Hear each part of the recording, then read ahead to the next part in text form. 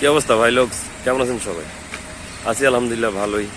2025 সালের রোজার ঈদ চলে গেল আর কি। আজকে চতুর্থ দিন, শুক্রবার। কালকে থেকে আসলে সব কিছুই খোলা।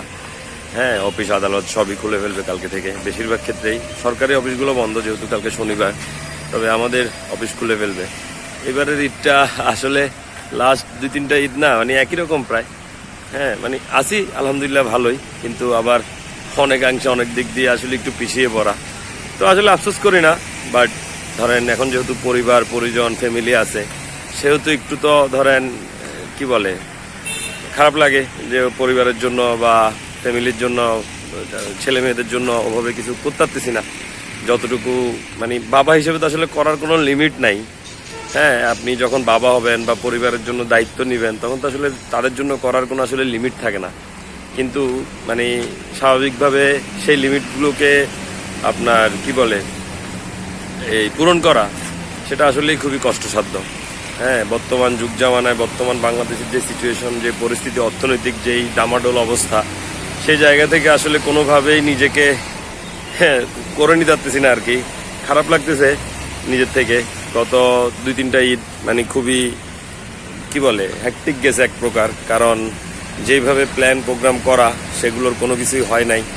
আমরা আসলে মনে করেন যারা নিম্ন মধ্যবিত্ত, বা নিম্ন মধ্যবিত্ত বলা যাবে না, গরিবই। হ্যাঁ, বাংলাদেশের যে প্রেক্ষাপট, এখন আমরাই গরিব। এর চেয়েও নিচে যারা আছে তারা তো ভিক্ষুকের কাতারে চলে গেছে। হ্যাঁ, তো আসলে খুবই বেহাল দশা। গত 16-17 বছরের যে একটা ঝামেলা, সেটার যে প্রভাব, সেটা লাস্ট 2-3টা বছরে খুব বেশি মানে অনুভব করতেছি। আমাদের যেই সেটেলমেন্ট হওয়ার দরকার ছিল, আমাদের কেরিয়ার যে সেটেল হওয়ার দরকার ছিল, সেগুলো আসলে কোনোভাবেই ফুলফিল করা যাচ্ছে না। ক্যারিয়ারের যেই জায়গাটাকে পৌঁছানো দরকার ছিল, নিজেও কিছুটা পিছানো ছিলাম, কিন্তু তারপরও যতটুকু যেভাবে হওয়ার দরকার ছিল সেভাবে হয় নাই। এখনও যেই ওয়ারিডনেস, যেই মানে লাইফ কেরিয়ার ফিউচার নিয়ে যেই ওয়ারিড আমরা, সেই জিনিসটা থেকে আসলে মুক্ত হইতে পারি নাই। যে কারণে আসলে এইসব ঈদ আনন্দ, যদিও এবার ঈদটা অনেক অন্যরকম গেছে বাংলাদেশে, কারণ এই বছর বাংলাদেশে স্বৈরশাসন নাই। স্বৈরশাসক না থাকাতে আসলে অন্যরকম একটা উৎফুল্লতা গেছে বাংলাদেশে ঈদের সময়। সামনে কোরবানির ঈদও হয়তো বা সেম জিনিসটা থাকবে। আমরা আসলে এখন এটার পাশাপাশি যদি আমাদের অর্থনৈতিক ব্যাপারগুলো যদি একটু সেটেলমেন্টে নিতে পারতাম, তাইলে হয়তো বা ধরেন লাইফের একটু অন্যরকম কিছু ব্যাপার ঘটতো, কিন্তু সেটা আসলে পারতেছি না। হ্যাঁ, নিজের যে চাহিদা, নিজের যে ইচ্ছা, নিজের যে আকাঙ্ক্ষা, সেগুলোর কোনো কুলে কিনারেতেই নাই। নিজের ড্রিম তো কী পূরণ করব, সেটা তো আসলে বলাই বাহুল্য। হ্যাঁ, নিজের ফ্যামিলির বাচ্চা কাচ্চাদের, হ্যাঁ, ওদেরই আসলে দায়িত্ব রেসপন্সিবিলিটি যতটুকু, সেটাই পূরণ করতে আসলে খুবই হিমশিম খেয়ে যাচ্ছি। যদিও এটা একটা পরীক্ষা, আমাদের সবাইকে এই পরীক্ষার ভিতর দিয়ে যাইতে হবে। কারণ আমরা তার কেউ সোনার চামিচ নিয়ে ধরেন মুখে নিয়ে জন্ম নেই নাই যে আমরা আপনার যে যাই কি বলে সবই আমাদের আছে, এমনটা না। হ্যাঁ, সব কিছু নতুন করে তৈরি করতে হইতেছে। বাবা সারা জীবন কষ্ট করে বাবার মতো করে যতটুকু সম্ভব হয়েছে উনি করে দিছে। এখন আমাদের সময় আমরা কিভাবে নিজেকে প্রমাণ করব। কিন্তু ডে বাই ডে এত স্পেস কমে যাচ্ছে যে নিজেদেরকে যে প্রমাণ করব, সেই স্পেসটা আসলেই কম, আসলেই অনেক কমে গেছে। আমরা যে আসলে কি করব, আমার সাথে অনেক ছেলেপেলেরাই ডে বাই ডে ডিপ্রেশন চলে যাচ্ছে। কারণ এজ হচ্ছে, এজের সাথে সাথে যদি অর্থনীতি প্লাস পরিবার যদি না আগায়, সেটা আসলে খুবই কষ্টসাধ্য হয়ে যায়, মানে পরবর্তীতে এগুলোকে এগিয়ে নেওয়া। যদিও আমার পারিবারিক জায়গাটা থেকে আমি পিছাই নাই, পারিবারিক জায়গাটাতে যথেষ্ট আগানো আছি, কিন্তু অর্থনৈতিক জায়গাটায় যে পরিমাণ আগানো দরকার ছিল, যে পরিমাণ সেটেলমেন্টের দরকার ছিল, টেনশন ফ্রি হয়ে যাওয়ার দরকার ছিল, সেটা এখনও হইতে পারি নাই। যেই কারণে আসলে খুবই কষ্ট লাগতেছে।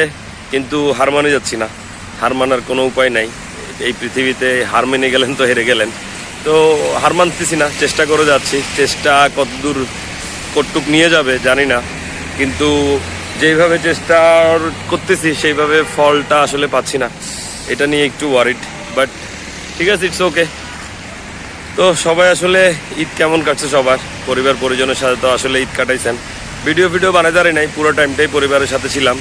হ্যাঁ, যে কারণে আসলে আর মন মানসিকতা ভালো না থাকলে না আসলে এইসব ভিডিও ভালো লাগে না। তো আজকে আসছিলাম আমাদের পুরাতন এলাকার দিকে, এটা ক্যান্টিন গেট জায়গাটা। যারা আমার এখানে আমার বন্ধুবান্ধব আছেন তারা মোটামুটি চিনেন। তো এখান থেকেই আজকে কিছুক্ষণ থাকবো। কালকে থেকে যেহেতু অফিস শুরু, বন্ধুবান্ধব কিছু আসবে, তাদের সাথে দেখা সাক্ষাৎ করবো। দেন কালকে থেকে আবার যুদ্ধে নেমে যেতে হবে। এই আর কি। তো সবার ঈদ কেমন কাটলো, সবাই ঈদ কেমন কাটলো জানাবেন। আর বাংলাদেশের যে প্রেক্ষাপট পরিস্থিতি, আমরা চেষ্টা করতেছি বাংলাদেশের সবাই মিলে বাংলাদেশটাকে যেন পরিবর্তন করানো যায়, কিন্তু আসলে একটা শ্রেণী এমন আছে না যে তারা তাদেরগুলো খাওয়ার জন্য উঠে পড়ে লেগে আছে। তো ওখান থেকে আসলে কবে যে বাংলাদেশটার একটা গতি হবে সেটা আসলে বলা যায় না। এই আর কি, সবাই ভালো থাকেন, আল্লাহ হাফিজ।